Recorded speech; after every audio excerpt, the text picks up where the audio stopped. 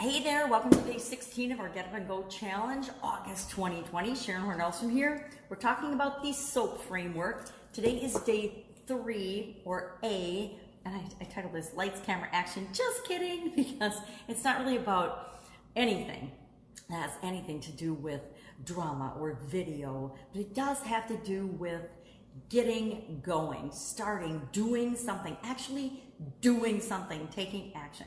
Now yesterday, as I'm going through the model this time, I'm working on wealth or finances, a financial area. And I said that my story, my thing was I wanted to make an additional $3,000 a month. $3,000 a month. So in our O, yesterday O is all about options, one of the things I did was I hopped online and I Googled ways to make $3,000 a month. And the first thing that came up was 25 ways to make $3,000 a month, 27 ways to make $3,000 a month. And there were literally hundreds of options of different articles, different ideas. So if we ever think we don't have ideas, there's not options, there's not possibilities out there, just one thing I did had 27 different ways to make $3,000 a month, different creative ways. And if I look at the list and I think about it, it all boils down to looking at your skill set now, looking at what you're capable of, your past experiences now, and finding ways to creatively and quickly monetize them. So now that you've got this giant list of alternatives, I've got just this one list is 27 things, and there's also many possibilities because I brainstormed my own list as well. But remember, you brainstormed at least 10 things. So now that you've got those 10 things and you're looking at the list, how do you decide what to do?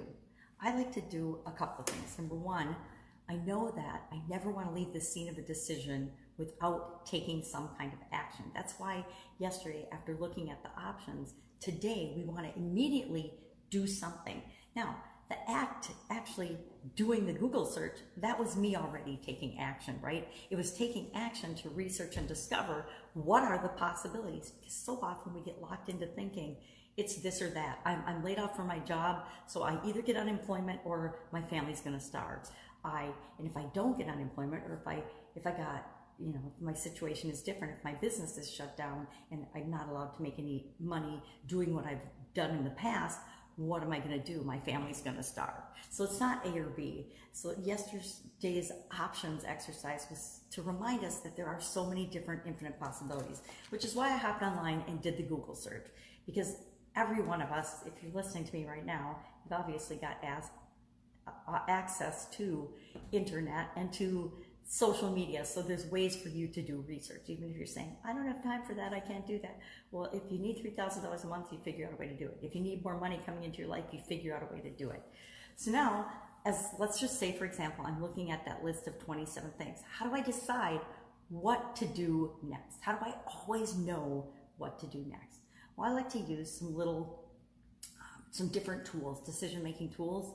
And depending on how big a decision or how big a choice I need to make will determine how complicated the tool I use is. Sometimes if I'm just looking at a couple of different alternatives, I just use the plus or minus strategy where I take an alternative, I write all the reasons to do it, all the reasons not to do it. All the reasons to do it, of course, are the plus. All the reasons not to do it are the minus. Or if it's a more complicated thing, like say I want to find a way to generate $3,000 a month, I'm probably going to give each of those possibilities a little bit more consideration. But as I go through the list, I'm going to say, I'm going to analyze it and say, is it something I feel like doing? Is it something I want to do, I like to do, I'm confident or capable of doing? And if it's something I hate to do, that's probably not going to be the thing that I'm going to choose. I'm going to give that less weight or less importance in terms of my desire to do that thing. But as I go through the list, when we look at the list, I use my magnifying glass to look at the list. I would say what things appeal to me and what things would be easy for me to do. Do I already have a skill set that would be valuable to other people that I could hold a workshop? I could teach them how to do it online. I could do Q&As. I could answer calls, create a course. There's a gazillion possibilities, but what do I feel like I want to get done? Now, I'm a little scared, or I'm resisting because it's going to take more work and effort than I want to, or whatever bunch of excuses I can come up with. What am I going to do that I can quickly, easily I have the resources to do, and I can do right now. What's something I can take action on right now? So some of these, for example, were share your opinion or do reviews of other products and services, create and be an affiliate or recommend other people's products or services and get paid to do that. Online nowadays, there's lots of ways to do that. There's entire networks set up for selling different products and services online. And one of these is, sell some of your old stuff online. There's eBay, there's Amazon. Find some products or services that buy them cheap and sell them high. That's what the whole eBay is predicated on and based on, is selling products and services that you already have to other people through their network. So I want to look through my list and I want to pick something that I can act on right now, something that I can act on today. It's so easy to make excuses, right? Or to fall into our past beliefs and tell ourselves that we're scared. And I think the biggest thing that stops us from doing the things that we know we need to do, because if we're honest, making an extra $3,000 a month is not a huge undertaking. There's so many opportunities and so many ways to do it today. Again, if you don't believe me, Google it. Just Google it and then start reading through some of the lists and say to yourself, oh, I could do that. I could never do that. I can't see myself doing that. Yes, I could positively do that. For example, I would normally be attached to ideas of doing reviews of products or services, or writing or doing articles or blogging or copywriting or something, because I used to love to write.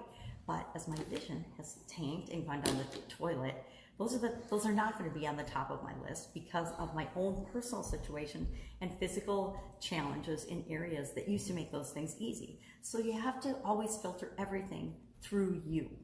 But what I like to do is ask myself, of this list of things, what do I think I can do right now that will move me toward my story that I'm telling myself, my situation of my desired vision of what I want? What is something I can do right now, act on immediately? And that's the thing that I'll often pick over something that I might think would give me more gain. I might go for, and I absolutely positively will do the thing I know that can get me into action the fastest. So if I know all I have to do is go on to somebody's site and write a review, and I can find ways to monetize that by just say we go on Amazon and we review some books and we share our Amazon affiliate link in order to generate some income. Is that a super fast way you're going to make $3,000 right now? No, but it's like everything else. It builds on each other. The fact that we got on, took action, and did something will lead us to the next thing that we need to do. It's about gaining momentum and getting a little bit of leverage on ourselves. And a lot of times, just overcoming our fear or our resistance. Resistance is just fear to doing something. And guess what? The fastest way to overcome fear is to take some sort of concrete action.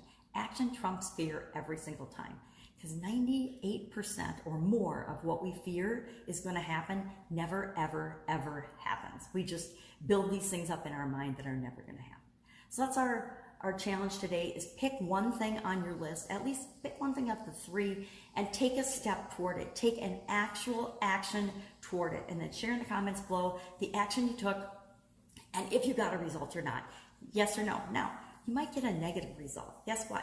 Do you think everything I try and do and take action on works?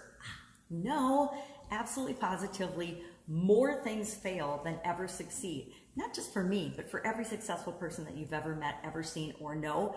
They don't talk about, we don't see the failures, but nobody is an overnight success. Nobody has tried something once and it was just like an overnight success.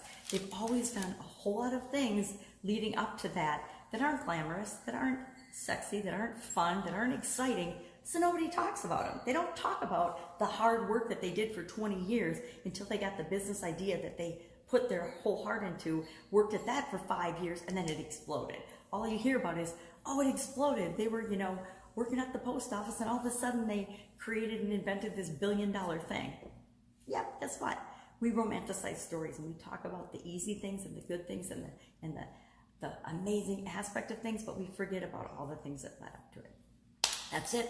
That's our challenge for today. Action. Get up, go out, take action toward whatever area of your life you're working on: physical, mental, emotional, spiritual, financial, like me, relationships or contribution, and do one thing now, do one thing today, and then share in the comments below. Share if you got a result, because you don't have to say if it was good or bad, positive or negative or neutral, but that's how we know you took action. That's how we know you did something and you didn't leave the scene of your decision without taking action. Have an absolutely amazing day. I will see you tomorrow with day 17 of our Get Up and Go Challenge. It's going to be all about the P of our SOAP framework.